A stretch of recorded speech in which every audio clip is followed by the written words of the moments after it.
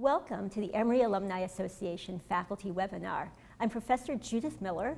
I'm a faculty member in the history department, and for the last 2 years I've been teaching a first-year seminar on fake news. The Alumni Association asked me to come talk with you about some takeaways from the class, and I was delighted to do so. Here are some of the topics I plan to talk about today. I'd like to discuss what researchers know about how fake news is affecting our political culture. Then some about how we know fake news affects our mind and our body. We'll cover some of the topics we talk about in the fake news seminar that I've been teaching since last year. And I'm especially happy that Natalia Thomas, one of the students from my fake news course last semester, will be joining us toward the end. You may wonder what a historian of the French Revolution like myself is doing teaching a course on fake news, and especially one that focuses mostly on the 20th century. After all, I teach courses on Jane Austen, the origins of capitalism, and of course, revolutionary France. But here are some parallels that I think are really important. First, a period of great political conflict and confusion, when there was a lot of criticism of the powers that were, the monarchy, the church, changing gender roles, a lot of confusion about social identity, economic class identity. An important point to understand is that there's an expansion of the media, a media revolution at the end of the old regime. More printers were printing all sorts of different kinds of publications, and they were finding that scandal, sex, political pornography, conspiracy theories, hoaxes, rumors, those really sold well. So they had a commercial, a financial incentive to publish those kinds of things. And then you add in the kinds of rhetoric that they found sold best. That was hyperbolic rhetoric, Manichaean rhetoric that divided the world into good and evil, virtue and vice, and that left no room for moderation in between. Does that sound anything like the social media world that we're living in? I think so. So that's how a French Revolution historian found her way into teaching a fake news course. Now, the course focuses on a series of consequential lies that start in the 1960s in the US with the Gulf of Tonkin resolution and comes right up to today.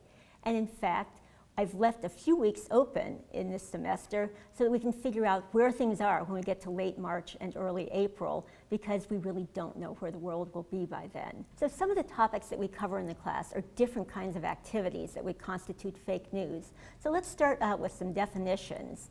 First, because the term fake news has become so hyper-politicized in our culture, I've been trying to back away some from using that term and instead talking about fraudulent news, or disinformation or misinformation. So if I'm using those words more often in this webinar, that's why I'm backing away from using fake news. So what are some of the things that we talk about in class? Well, we start out with some definitions, and I encourage students to think in terms of a spectrum. On one side, one would have things that are mostly factual, that are accurate. And then we would move along a spectrum to things that are mostly opinion. May have some truth, may have some misinformation in them. Things like advertising. There we're drifting to things that you might be more skeptical of. And onward to things that are, I think, truly problematic. Things like government misinformation campaigns, propaganda, or weaponized information that is meant to destroy or damage a political culture and change political debate. So that's the spectrum that we work on in this class. So one of the things that has really changed in the last few years, and we saw it especially from the 2016 election onward, is that information has become weaponized and commercialized.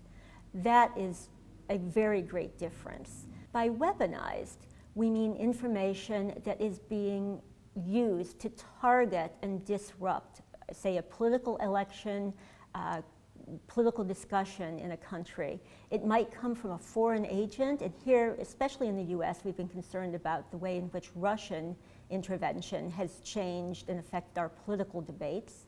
It might come from people who are willingly and unknowingly retweeting, sharing information that has come from suspect sources, and it might even come directly from one's own government. Well, Emory, of course, is an international community. Everybody comes from different places around the world and around the country.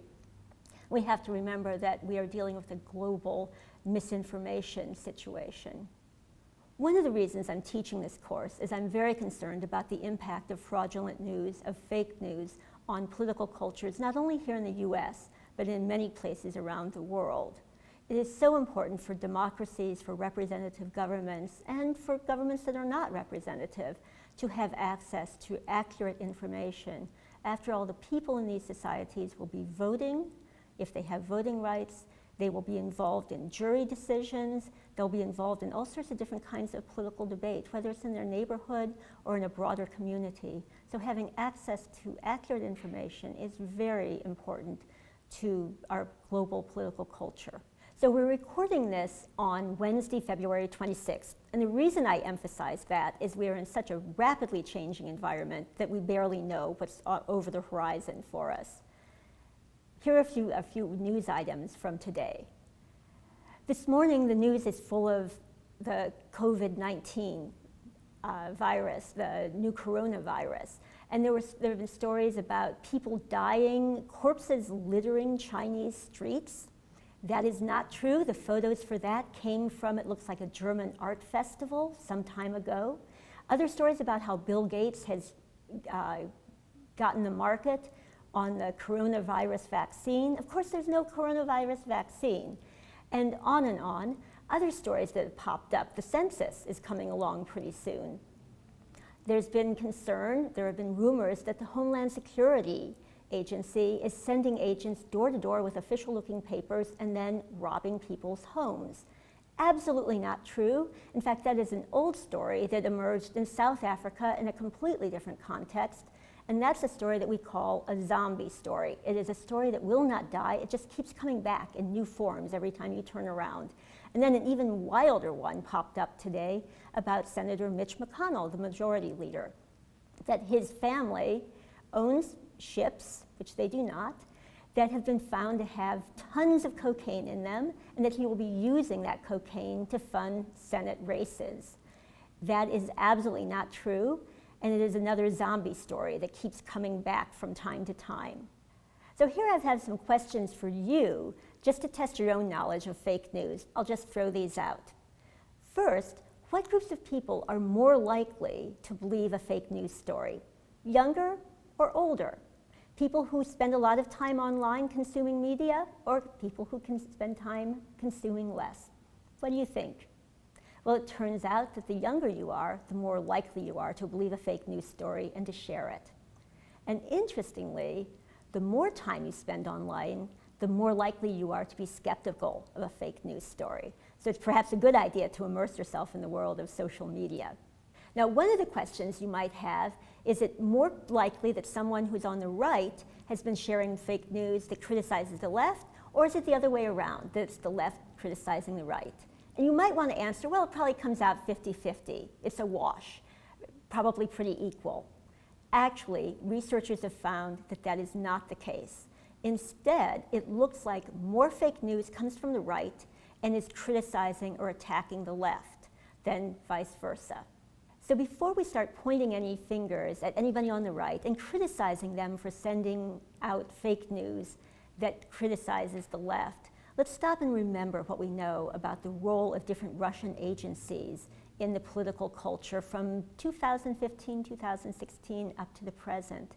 That so many Russian trolls and bots were generating fake news stories, sending them out that were largely critical of the left. They were critical of Hillary Clinton, of Democratic candidates. They were critical of things that were going on within the Democratic Party. And so that big flood of news that was coming out of external agents and then was being retweeted by people who didn't quite know where the news came from is probably the source of that imbalance. So I think all of that is a reminder that we should be very careful about the material that we are sharing, retweeting, posting on our Facebook pages, and stop and think before we post it. Some of the most interesting research that's being done on fraudulent news is being done by psychologists, by neurobiologists, by people in poli-sci, in econ, in psychology, who are looking at how fake news stories actually affect the body and the mind. For instance, once you see a fake news story, your pupils dilate, you have adrenaline and dopamine coursing through your system, and then your brain records it very quickly. In fact, we think that maybe in 1/250th of a second, somebody makes a decision about whether they believe a story or not, or how they're being affected. So it happens so quickly that you don't even know how or when it's happening. One of the things that social scientists are finding is a phenomenon called affinity fraud. For instance, someone pops up in your social media among your followers or among the people who have friended you, and what they're suggesting through their profile, a fake profile, is that they are just like you, and that you immediately start to feel a sense of community. It may be around issues of race, it might be around ethnicity, religion, but that this puppet, this sock puppet, this fake profile is reaching out to you and helping to create something that is called affinity fraud. And from there, other phenomenon can develop, something called astroturfing, where various bots or trolls or fake accounts will be persuading people that they're part of a groundswell movement. And they'll reach out to people through their fake account saying that we're putting together an event. Would you like to be involved? Oh, we actually need somebody to help organize this event, as if this is a groundswell movement rather than hundreds or thousands or even tens of thousands of fake profiles actively sharing information about an event that has not even been created yet and trying to get people involved. Well, we're social human beings, right? We like to be part of community. And when we see these different profiles that look very much like us, sound like us, share our ideas, we're likely to fall for that affinity fraud. So there too, one of the things you can be on the lookout for in your own social media profiles, friend requests from people that actually do not exist, that your other friends don't know, but that look just like you or sound just like you. Well, that might be a social profile that's been created specifically to draw you and other people like you into a misinformation feed. Now, you may be wondering how you can try to identify fraudulent news stories. Here are some simple ways.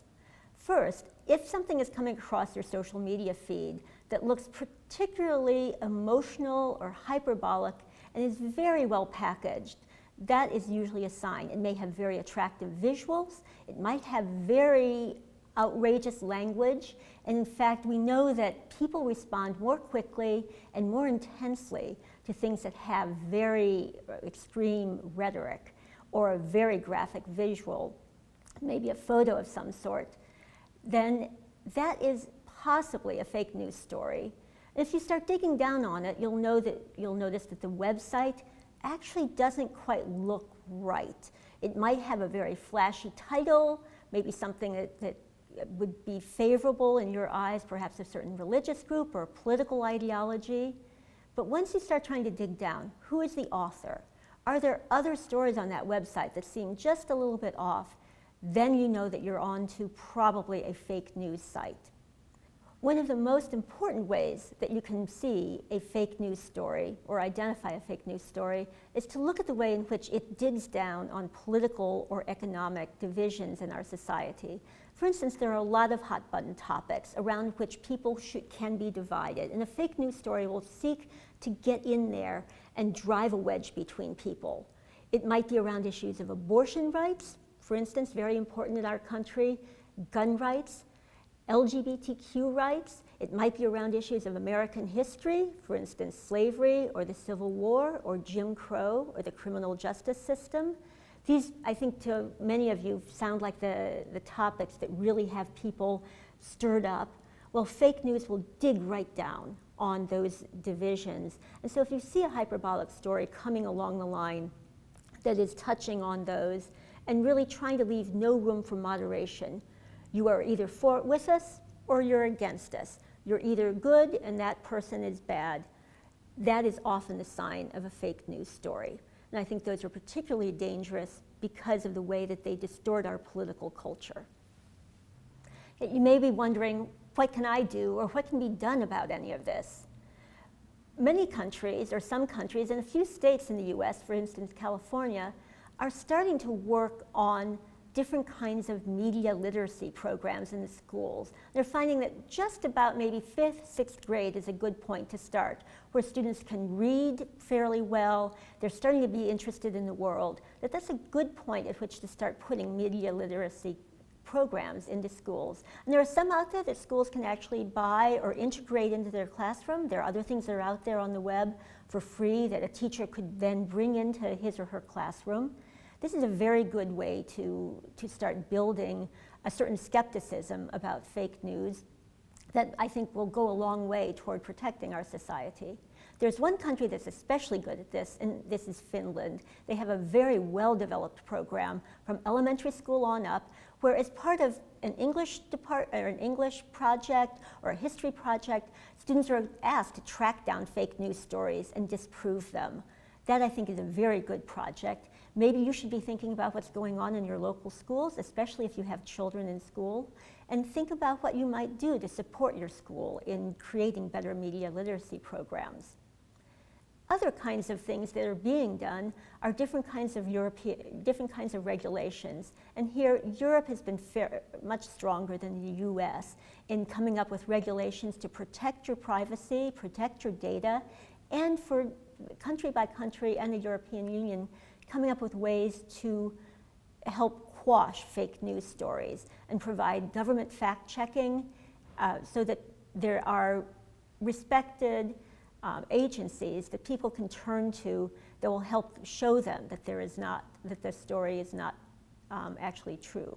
But here's the real reason that I'm doing this fake news class and that I'm happy to be part of the Alumni Association webinar, is that ultimately it is going to come down to you and to me as global citizens wherever we are. At this point, governments are scrambling to try to catch up with the problem of fake news. They're doing better and worse jobs of it, or they're not passing legislation that might help, or they're not funding legislation that might help. So it's going to come down to us. And in some ways that's empowering and exciting, and in other ways it's another burden on a life that may be far too busy with children and getting a career started and doing all the things that are just part of your daily life. So here are some things you can do. I would say start by being much more skeptical. Maybe don't share that Facebook post. Maybe look again at the author, dig down into a website, see if this really is an accurate story or not. There are reading techniques. They're called vertical and lateral reading. The vertical reading is where you dig down into a story. You try to find the author, you try to check out the website, see what's going on with that story. Lateral reading is when you start checking it out different places around the web. Is this story popping up only on one odd website, or is it now being picked up by most of, say, mainstream media? Is it showing up on CNN or in the LA Times or in the New York Times? That can help you judge whether a story is true or not. The other things that you can do is check your own biases, and that is so hard to do, right? Because we know that our worldview is actually the only correct one. Well, that's actually called naive realism. So it's very important to stop and check your own biases.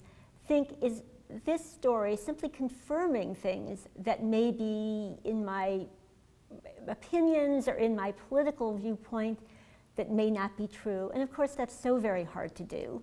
You could start fact-checking stories, and it's actually rather easy to do. There are some good fact-checking websites out there. There's Snopes.com, there's the Washington Post Fact Check, there is PolitiFact, for instance, but you can find other ones out there. Then you can start becoming more knowledgeable yourself, and even thinking about the difference between knowledge and information. And I hope this is something you learned along the line at Emory, where real expertise, maybe from the CDC, from other people who are known experts in the field, can really help you sort out the problems with misinformation. And here, let me tell you about one of the fact checks that I often run on media. I'm a specialist in the French Revolution, right? So I spent a lot of time living in France and in Europe. When a story comes across the news that has something to do with France, I immediately test it against what I know from 30 years of living in France and being immersed in French culture. A few years ago, there was a story that came out after the Paris bombings that said that there were parts of Paris that were no-go zones for the police. Well, having lived in France as much as I have, I knew that that was absolutely a false story. And indeed, the French mayor and the French government immediately spoke up to say that was completely false. But that didn't stop one important news channel from disseminating that story. But I knew, because I knew something about France, to be skeptical of that news channel. You might do the same. Whatever your area of expertise is, there are going to be stories out there that have to do with that will help you give a check on the media that you're seeing. Another thing you can do is simply become a more knowledgeable global citizen. And again, that is hard. Our daily lives are so full of other things that we should be doing. But just about any way that you can pick up more knowledge would be helpful in this very complicated world. It might be reading a piece of literature from a country that you don't know well. It might be seeing a movie. It might be starting to follow news internationally, nationally, from different organizations that you haven't followed before. It might be picking up a science journal. It might be doing a little bit more research. And of course, here we come to the value of a liberal arts education that I hope you got at Emory. We work so hard. We talk about teaching critical analytical skills, about teaching critical reading skills. Well, you learned how to do research here. And in fact, you had access to a first-rate library and a great faculty. And you still, as a member of the alumni, you have ways of having a library card and access to the databases and the research tools here at Emory.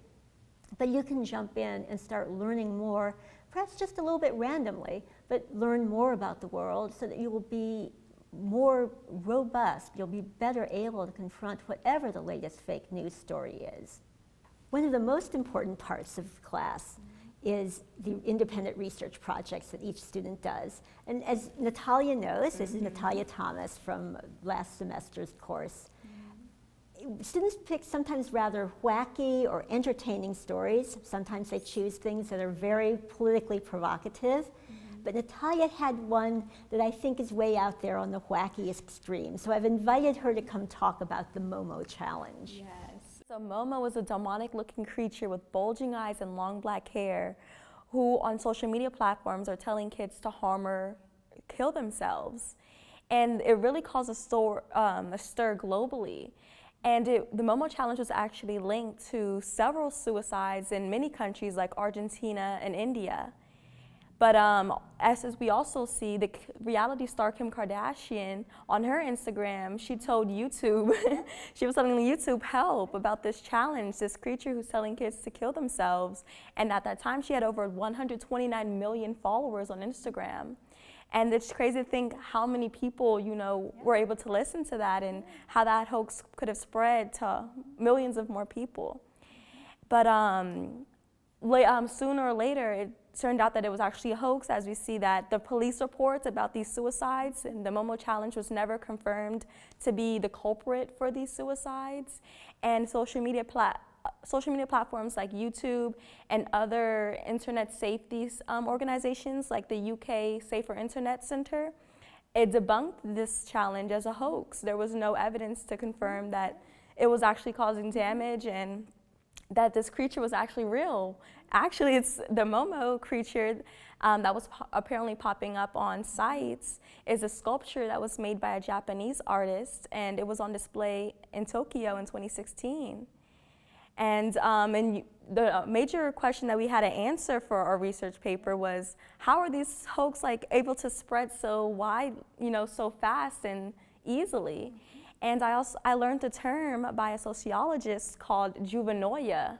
And I was like, that sounds very interesting. And so I learned that juvenoia is the exaggerated fear of the influence of social change on children and youth. So basically, specifically parents, they are, as humans, we have adapted highly sensitive alert mechanisms when it comes to threats to our children.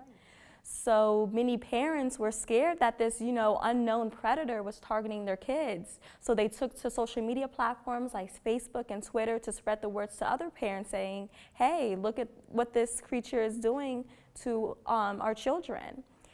And so, and that's a major reason why this hoax was able to spread. And the parents, they weren't verifying the validity of any of this information. They were just going on what they saw on face value, at face value on certain sites. Maybe I can give one last example before we wrap up today about how a historian might think about a fake news event. And you may remember the moon hoax article that we started out the semester with, that it was rumored in 1835 New York in one of the publications, a newspaper, that a scientist had a telescope that was powerful enough to see everything that was happening on the moon. And what did he discover? But those lovely beings floating around. It was a world of plenty. Everybody was eating absolutely everything. There was no conflict. Everybody got along. It was complete social harmony. And we dug into that story and we started thinking about the importance of knowing the historical context. And here's the value of being a historian. That we thought about what was New York like in 1835. Well, there was incredible racial, religious, ethnic conflict in the city, great class tensions. Lots of people were struggling to eat and struggling to make a living. They were prey to all sorts of different sort of the boom and bust of the early 19th century economy. And as an historian, then you can start thinking about what are the anxieties that are there in society, and how does this particular fake news story address those anxieties? So if you're living in a society of enormous conflict where people are really struggling to get by, and you create a society on the moon where none of those problems are present. Like a utopia. Exactly, like a utopia, that this is a specific utopia, one that responds exactly to the anxieties in that society.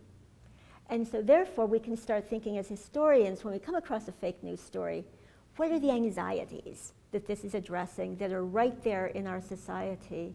And maybe that will help us too to be more skeptical about those stories. Yeah, we see how they're preying on people's fears and their concerns about what's happening in their own life, and manipulating that and preying on that to develop fake news stories that try to calm their anxieties.